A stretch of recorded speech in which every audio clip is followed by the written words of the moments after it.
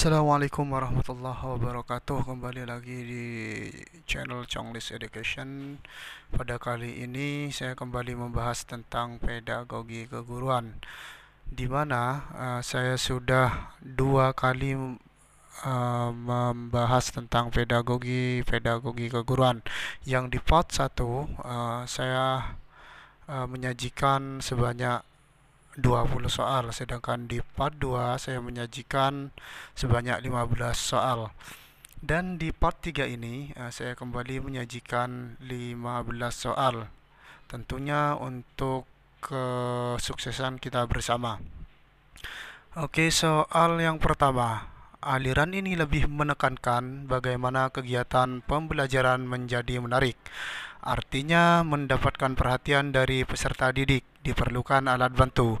Alat bantu ini sejalan dengan perkembangan teknologi. Teori ini tergolong aliran A. Humanistik, B. Behavioristik, C. Sibernetik, D. Konstruktivisme. Kira-kira apa nih jawabannya, teman-teman? Ya, betul sekali, jawabannya adalah sibernetik. Soal yang kedua, belajar ialah pembentukan hubungan antara stimulus dan respon, dan pengulangan terhadap pengalaman-pengalaman itu membesar peluang timbulnya respon benar. Pengulangan dalam belajar akan melatih daya-daya yang ada pada manusia, yang terdiri atas pengamatan, penangkap, pengingat, penghayal, merasakan, hingga berpikir yang akan membuat daya-daya tersebut berkembang. Hal ini sesuai dengan prinsip belajar A. Keterlibatan langsung dan pandangan hidup, B. Perhatian dan motivasi, C. Keaktifan, D. Pengulangan. Kira-kira apa nih jawabannya? Betul sekali, jawabannya adalah pengulangan, teman-teman. Soal yang nomor 3. Siswa belajar sungguh-sungguh dan mendapatkan nilai yang baik dalam ulangan. Nilai yang baik itu mendorong siswa untuk lebih giat lagi dalam belajar. Nilai yang baik dapat merupakan operan conditioning atau penguatan positif.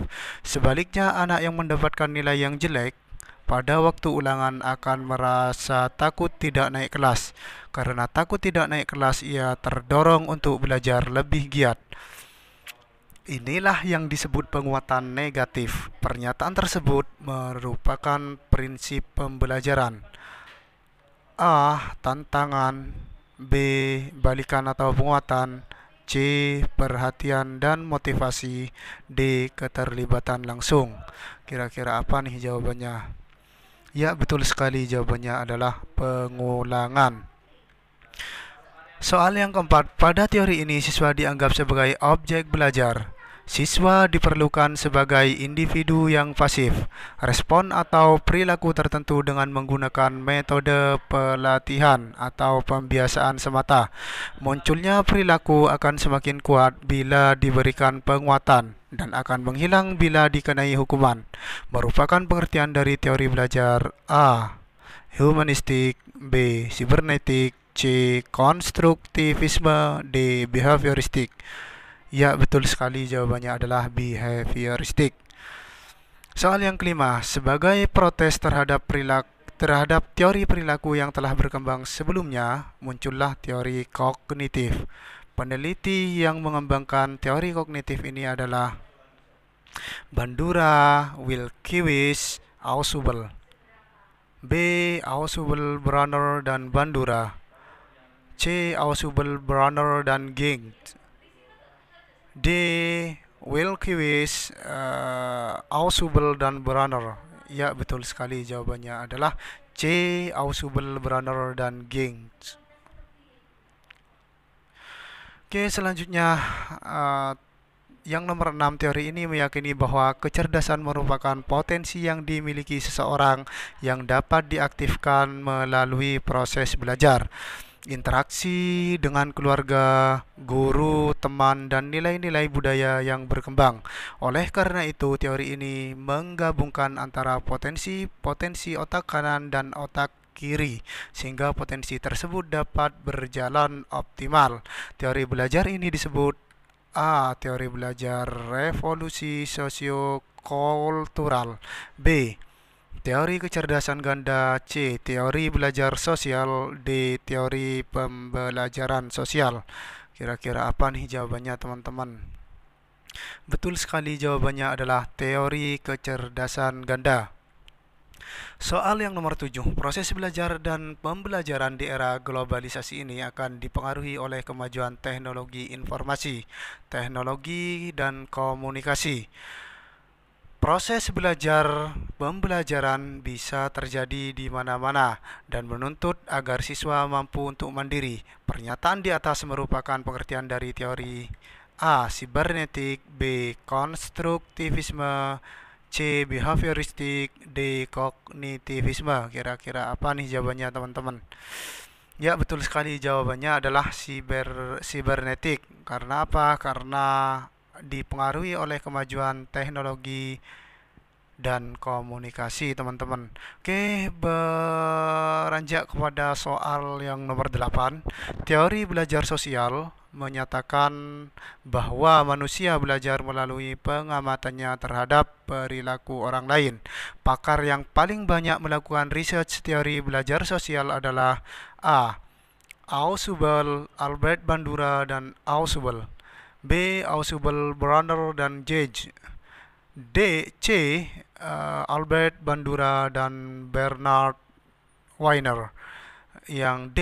Bandura, Wilkiewicz, dan Ausubel. Kira-kira apa nih jawabannya? Ya, betul sekali, jawabannya adalah C. Albert Bandura, Bernard Weiner. Yang kesembilan, peserta didik dapat belajar jika ia tidak hanya mengamati secara langsung, tetapi ia harus menghayati, terlibat langsung dalam perbuatan, dan bertanggung jawab terhadap hasilnya. Hal ini sesuai dengan prinsip belajar A. Pengulangan, B. Keterlibatan langsung, C. Penguatan, D. Keaktifan. Ya, betul sekali, jawabannya adalah keterlibatan langsung. Yang nomor 10, seorang guru selalu memberikan apresiasi dan penghargaan berupa nilai yang baik dan kata-kata positif terhadap keberhasilan peserta didik dalam pembelajaran. Hal ini dilakukan karena berdasarkan pengalamannya, nilai yang baik dan kata-kata positif dapat membuat siswa lebih giat belajar. Guru tersebut telah menerapkan prinsip pembelajaran A. Perhatian dan motivasi, B. Perbedaan individual, C. Tantangan, D. Balikan atau penguatan. Betul sekali, jawabannya adalah D. Balikan atau penguatan. Nomor 11. Dalam mempersiapkan siswa menghadapi ujian nasional, seorang guru memberikan beberapa kali latihan soal kepada siswa. Guru berharap akan terjadi peningkatan penguasaan oleh siswa terhadap materi pembelajaran. Dengan latihan yang dilaksanakan tidak hanya sekali, guru tersebut menerapkan prinsip pembelajaran A. Penguatan dan balikan, B. Perhatian dan motivasi, C. Pengulangan, D. Tantangan. Ya, betul, jawabannya adalah pengulangan. Soal yang nomor 12, pengembangan kurikulum harus memiliki keajikan konsep antara kompetensi dasar, indikator, materi pembelajaran, kegiatan pembelajaran, sumber pembelajaran, serta teknik dan instrumen penilaian. Pernyataan tersebut merupakan prinsip pengembangan kurikulum. A. Ketercukupan, B. Konsistensi, D. Keilmiahan, D. Relevansi. Kira-kira apa nih jawabannya? Apakah C. Keilmiahan atau D. Relevansi? Ya, betul sekali, jawabannya adalah B. Konsistensi teman-teman. Oke, soal yang nomor 13. Dalam memilih dan mengembangkan materi pembelajaran, Ibu Murni Nugroho selalu menyeleksi materi pembelajaran yang telah teruji kebenarannya, tidak ketinggalan zaman, dan memberikan kontribusi untuk pemahaman ke depan. Kriteria penyeleksian dan pemilihan materi pembelajaran tersebut memenuhi kriteria A. Sahih, B. Kebermanfaatan, C. Layak dipelajari, D. Menarik minat. Kira-kira apa nih jawabannya? Betul sekali, jawabannya adalah sahih. Selanjutnya di nomor 14, Bu Rosa menyiapkan materi pembelajaran dengan cara dimulai dari materi-materi yang dikenal siswa, kemudian menuju hal-hal baru dan dianggap lebih mendalam. Bentuk pengembangan materi yang disusun oleh Bu Rosa mengikuti pola A. Klausal, B. Spiral, C. Kronologis, D. Inquiry. Kira-kira apa nih jawabannya? Ya, betul sekali, jawabannya adalah spiral.